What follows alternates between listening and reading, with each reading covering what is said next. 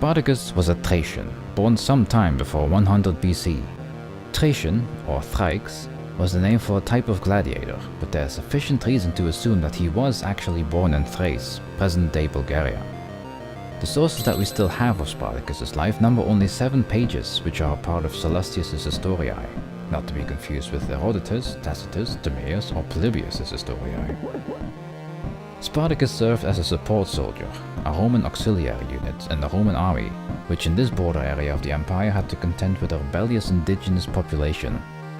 His military attitude would eventually become an important part of the person he was fated to be. Spartacus broke with the Romans after some time and henceforth operated as a latro, or bandit, according to the most hateful source, the Roman historian Florus, who was eventually caught and sold as a slave to a training school for gladiators in Capua, and north of the southern Italian Campania, because of his physical abilities. The owner of said school was Lentulus Batiatus, who invested in his slaves by giving them a solid fighting training. They were brought into a physically top condition so that they would earn a good price in case they were sold to the boss of a traveling gladiator troupe. Although some volunteered to be in gladiatorial service, it was difficult for most of the men who had once lived in freedom to fight for the pleasure of the Roman people. As a result, 70 gladiators in training took up arms in 73 BC in the Villa Kitchen. Armed with kitchen utensils such as knives and toasting spits, Spartacus and his men rose up against their master. The rebels broke out under the leadership of Spartacus. With him, 2 others are mentioned as leaders, Crassus and Eunomaus. But Spartacus appears in various sources as the man who stood out above the others. Apart from great courage and strength, he also possessed reason and humanity, as the Greek Plutarch once said of him that he was more Greek than his origins suggested.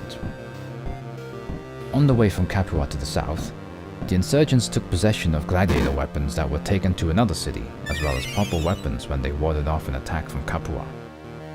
The gang of hardened fighters then installed themselves on Mount Vesuvius. From its top, the rebels looked for opportunities to raid villas and towns in this rich, fertile area. The authority in Rome reacted slowly to the event in Campania. After all, problems with slaves were not uncommon. The solution was usually left to local authorities. What's more, however, is that Rome did not actually have any significant number of troops stationed in Italy. The best soldiers were far away from home, such as in Asia Minor to aid Lucullus in his fight against King Mithridates of Pontus, or with Pompey, who was in Spain to deal with the Roman rebel Sertorius. Honor and spoils did not come to a slave war, so the Roman legions were not particularly keen to take up command against Spartacus. Finally, Rome sent 3,000 men, led by one Claudius Glaber. He stopped the only accessible ascent of Mount Vesuvius, as the other slopes were steep and slippery. They, however, were also fully overgrown with wild vines. Spartacus planted ladders from these vines, along which the entire group escaped. Only one man stayed above. When his comrades were down, he threw the weapons down and also brought himself to safety. The Romans noticed nothing of the whole operation.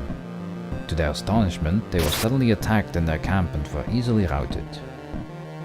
Inspired by this feat, many slaves who were employed on Campan farms now joined Spartacus. Their number had sharply increased due to the many wars that Rome had waged against barbaric people in recent decades. The dumping prices for which they came on the market made it attractive for landlords to employ them in work brigades. These slaves retained a sense of identity and solidarity that was lacking in city slaves, who were divided over various functions in different households. Spartacus equipped his army as well as possible.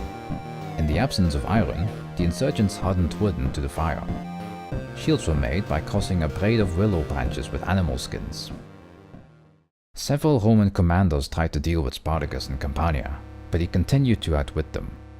Furious, a sub-commander, was sent fleeing with 3,000 men. Lucius Cosinius was almost caught by Spartacus when taking a bath and had his supplies in his camp taken, suffering great casualties in the process, himself among them. Praetor Publius Varinius also suffered defeat after defeat. One in particular was rather embarrassing. Suspecting he had the rebels trapped in their hideout, Varinius set up camp not too far from their stronghold.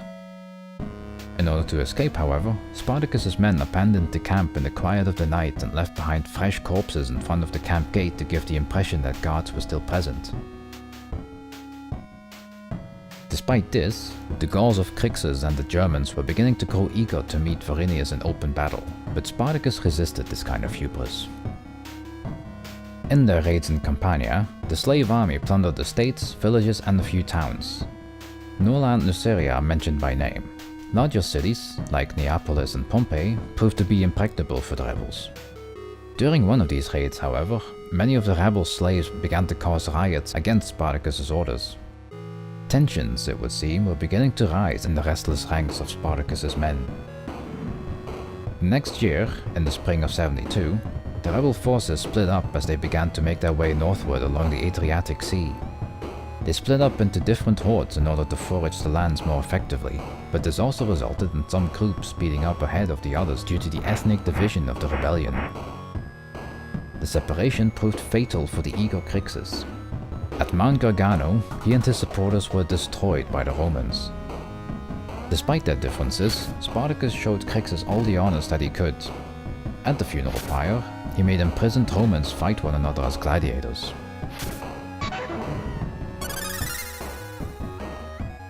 In doing so, he showed historical awareness.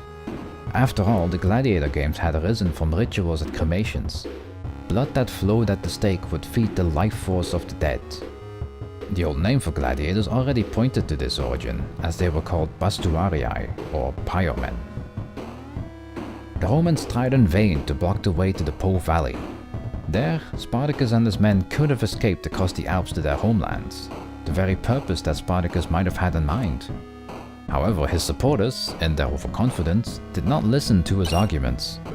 They preferred to keep on pillaging in Italy instead, enriching themselves off of their former masters. Unfortunately for Spartacus, there is in fact such a thing as a rebel without a cause.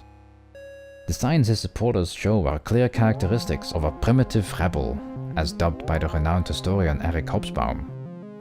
As such, the slave uprising of Spartacus belongs to the low category of revolt. These have no higher goals but bloody revenge and the reversal of roles, and also lack an ideology. Primitive rebellions usually quickly fall apart after initial success due to the lack of coherence and a plan. Despite the leadership of Spartacus, he did not always succeed in being properly obeyed, signifying that this rebellion was, for all intents and purposes, disorganized and vulnerable. The event in the Po Valley is the most striking example of this. As the rebel army returned the way it came, no one was particularly eager to take up command against Spartacus back in Rome. In the midst of all this, Marcus Licinius Crassus revealed himself as the savior, however. Squashing this rebellion would be an ideal opportunity for Crassus to rise up as an equal to Pompey after all. As a result, he was given complete military command over Italy.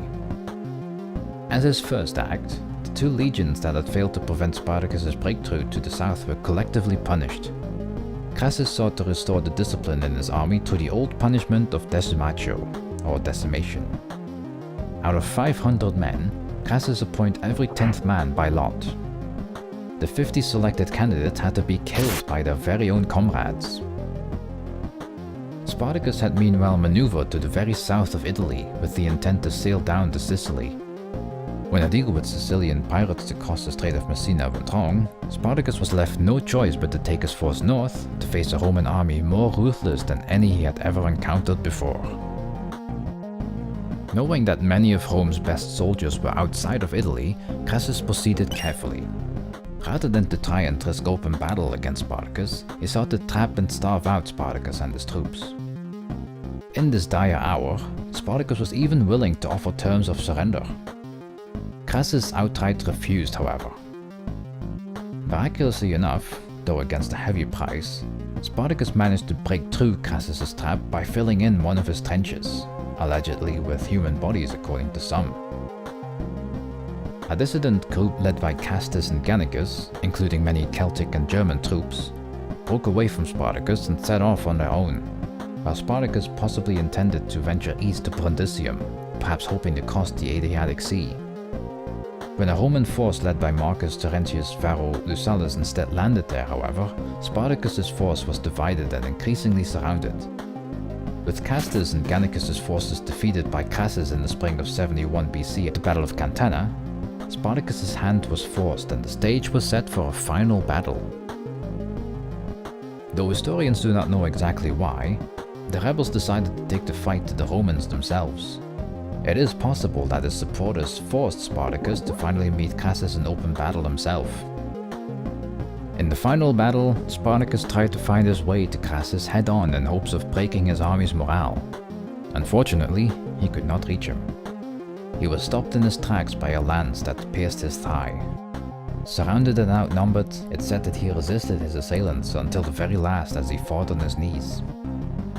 In the aftermath of the slave revolt, Crassus crucified 6,000 men lined up along the full length of the road from Capua to Rome. It is said that the body of Spartacus himself was never identified, as he was likely buried in a mass grave with the rest of his troops. Even if archaeologists do find it one day, they likely would be unable to distinguish the commander from his troops. After 2 years, the rebellion that will later be called the Third Servile War was finally put down by Crassus, who had earned Rome's favor in the process, even though he would never rise to the same heights of his rival Pompey himself. Even so, despite Crassus' quest for glory, Spartacus' memory lives on, perhaps more so than his many enemies. Want to learn more pixelized history? Support the channel by subscribing to it and giving this video a like. Better yet, drop a comment and let me know which subject you would like to see pixelized next. See you next time.